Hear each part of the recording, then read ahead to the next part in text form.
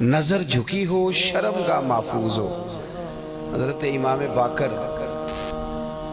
رضی اللہ تعالیٰ عنہ سے کسی نے کہا حضور مجھے کوئی ایسی نفلی عبادت بتائیں جو سب عبادتوں سے افضل ہو، میں وہ والی کرنا چاہتا ہوں۔ لوگ کوئی وظیفہ بتاتا ہے، کوئی وظیفہ بتاتا ہے، کوئی وظیفہ بتاتا ہے، تو مجھے نہ آپ نفلی عبادات میں سے وہ عبادت بتائیں جو سب سے زیادہ افضل ہو۔ تو امام باقر رضی اللہ تعالیٰ عنہ فرمانے لگے رزق حلال کمایا کر اور شرمگاہ کی حفاظت کیا کر، یہ سب عبادتوں سے افضل عبادت ہے۔ ان دو چیزوں پر توجہ دے۔ پتہ کیا ہوتا ہے کہ انسان جب کسی چیز کو دیکھتا ہے نا، یہ جو حکم دیا گیا نا نظریں جھکا کے رکھو، جب انسان کسی چیز کو دیکھ لیتا ہے اور پھر اسے بھا جاتی ہے، پھر اس کے لیے انسان کا ذہن، دل، طبیعت منصوبہ سازی کرتی ہے۔ مجھے کوئی چیز اچھی لگ گئی، کوئی پہننے کی گھڑی اچھی لگ گئی، اب وہ سب سے پہلے میری نظر نے دیکھی ہے، میری نظر اس پہ ٹکی ہے، تو اب میں کوشش کروں گا، پوچھوں گا کتنے کی ہے، پھر میں کوشش کروں گا کہ اتنے پیسے جمع ہو جائے تاکہ میں حاصل کر سکوں۔ میرا سارا ذہن، میری صلاحیتیں کوشش کریں گی کہ وہ گھڑی حاصل کر لی جائے۔ ہمیں یہ جو حکم دیا گیا تھا نا کہ بد نظری سے بچو، اور بد نظری سے مراد صرف عورت کو دیکھنا ہی بد نظری نہیں۔ علماء سے مسئلہ پوچھ لیجئے گا، بے ریش خوبصورت لڑکا اس ذہن میں بہت سے وسوسے شیطان پیدا کر دیتا ہے۔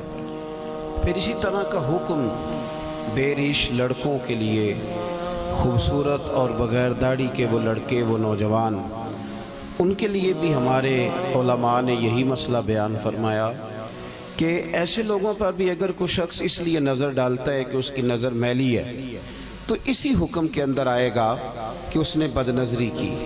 نبی رحمت صلی اللہ تعالیٰ علیہ وسلم نے نا اس کے سد باب کے طور پر، آپ مہربانی فرمائیں جی یہ کیمرے شیمرے، یہ ویڈیوز، یہ اسی کو سارا کچھ نہ سمجھ لیں، یہ مائک چلنا چاہیے اور لائٹ آن رہنی چاہیے، اس کے علاوہ باقی سارے کام ہوتے رہتے ہیں۔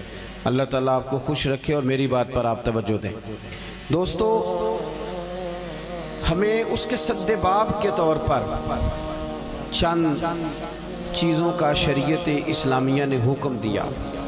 ایک تو یہ کہا کہ اپنی نظر کو جھکا کے رکھا جائے، انسان کی نظر بے دریغ ادھر ادھر نہ اٹھے، وہ اپنی طبیعت میں کوئی ایسا ہیجان پیدا کرنے سے ہی بچے کہ وہ میلی چیزوں کو دیکھے۔ پھر اس کے ساتھ ساتھ عورتوں کو حکم دیا گیا کہ وہ باپردہ رہیں، اپنی زینت کو ظاہر نہ کریں۔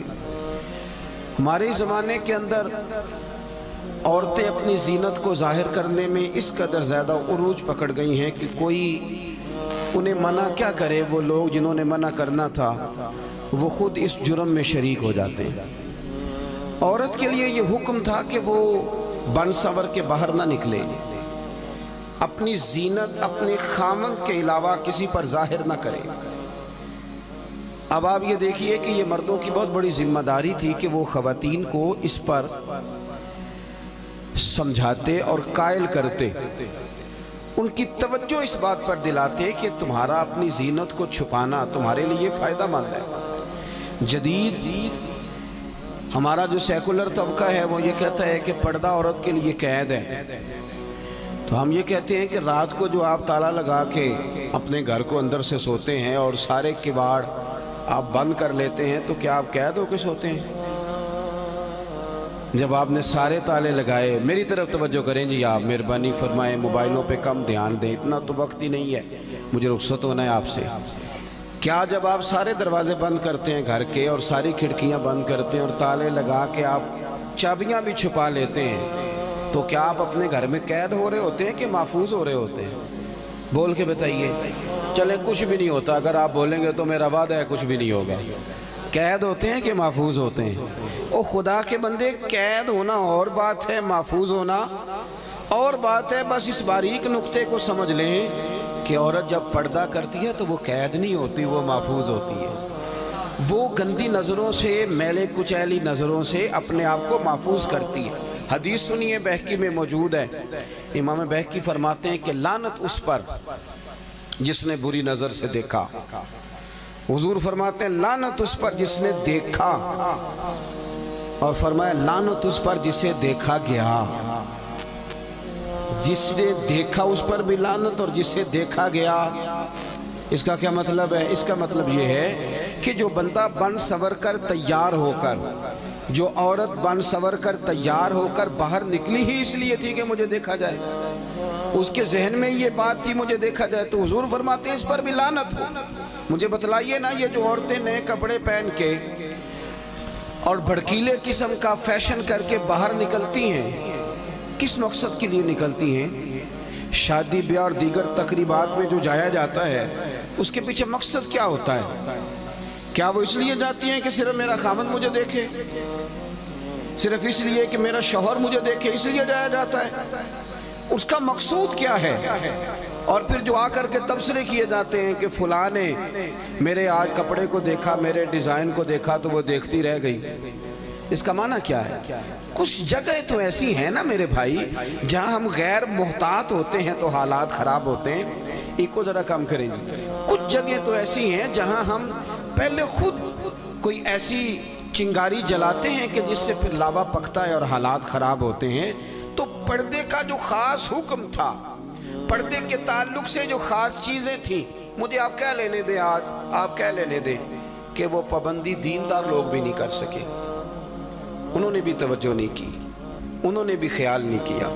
मसलन एक इस्लामिक प्रोग्राम चल रहा है और दीनी सवाल और जवाब हो रहे हैं, और मुफ्ती साहब ने और अल्लामा साहब ने और फलाने साहब ने बताने, तो वो कोई लड़का भी पूछ सकता था उस प्रोग्राम में लड़की का क्या काम था। उसको एज ए स्पेशल बिठा के उससे सवाल जवाब करना माना क्या है? समझ नहीं आती बात की, मतलब क्या है इस बात का भाई। और फिर लोग दलील के तौर पर पेश करते हैं जी फलाने साहब भी बैठते हैं। तो मैंने कहा फलाना साहब दीन के लिए दलील नहीं है, दीन के लिए रसूल पाक की ज़ात दलील है। नबी करीम सल्लल्लाहु ताला अलैहि वसल्लम ने जहाँ हद फासिल कायम कर दी है, वहाँ उस हद को कोई भी तोड़े, वो मैं भी तोड़ूं तो गलत हूँ, कोई भी तोड़े।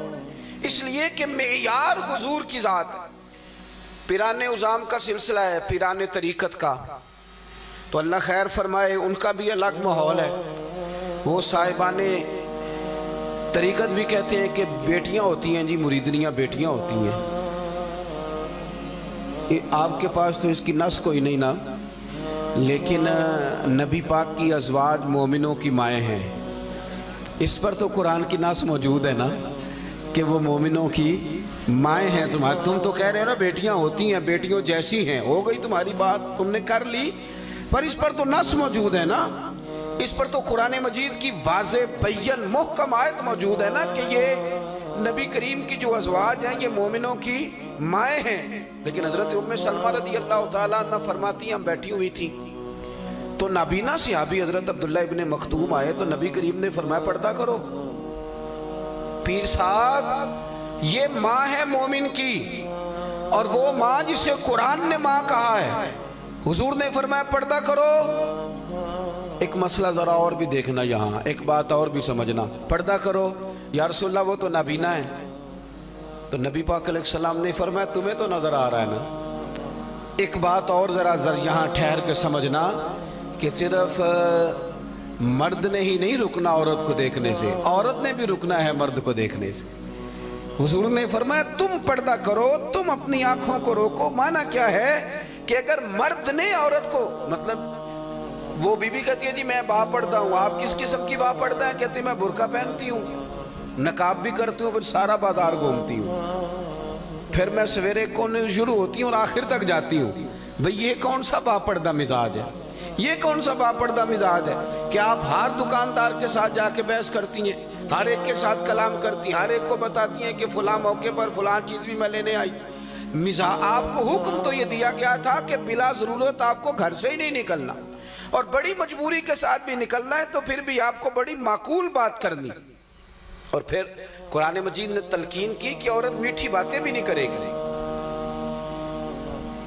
मर्द के लिए हुक्म है ना कि वो बड़ा मीठा बोले, अच्छा बोले, लेकिन औरत अगर गैर महरम के साथ बात कर रही हो तो मीठा ना बोले, ऐसा लहजा इख्तियार ना करे कि सामने वाले को दिलचस्पी पैदा हो।